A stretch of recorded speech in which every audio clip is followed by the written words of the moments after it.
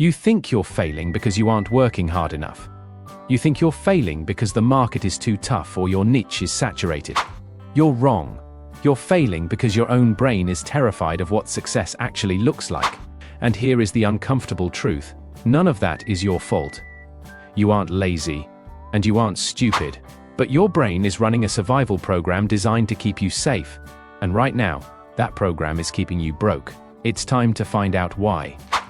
Let's talk about a guy we'll call Marcus. Marcus is brilliant. He scales his marketing agency to $10,000 a month, and then, without fail, he gets sick. Or his car breaks down. Or he suddenly develops crippling anxiety that makes him miss his biggest client meetings. It's like clockwork. To everyone else, it looks like bad luck. But to Marcus, it feels like the walls are closing in. He feels nauseous opening his bank account. He feels guilty when he sees more money in his savings than he grew up with. He's not failing because he lacks skill. He's failing because he has hit his internal safety ceiling. He has reached a level of income that feels fundamentally unsafe for the identity he built in childhood. This is exactly what Marcus felt. When he looked at a contract, his brain didn't see an opportunity, it saw a threat. Can you see how your brain is doing the same thing? This is not a character flaw, it's neuroplasticity at work.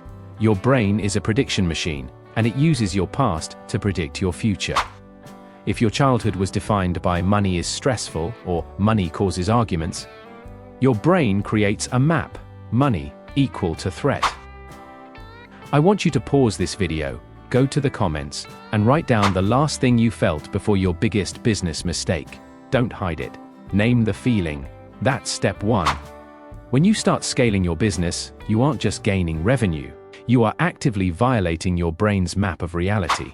It's not that you can't scale, it's that your brain thinks you shouldn't, because being small, struggling, or broke is what you've learned is safe. You're self-sabotaging because, on a subconscious level, you are protecting yourself from the danger you associate with wealth. So how do you kill the script?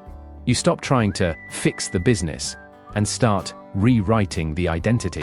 1. Identify the script. Look at your last 3 failures.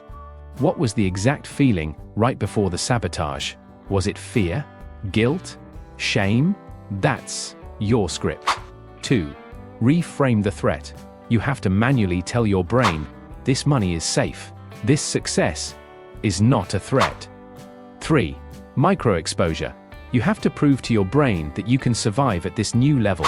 If you're afraid to scale to $20,000, push for $11,000. Prove that the world didn't end. You aren't broken. You're just operating on outdated software. It's a hard, uncomfortable thing to admit that you are the one holding yourself back, but it's also the most empowering thing you will ever realize, because if you are the one holding yourself back, you are also the only one who can set yourself free. If this hit home, subscribe. This channel is dedicated to the psychology behind building real wealth. And I'll see you in the next one.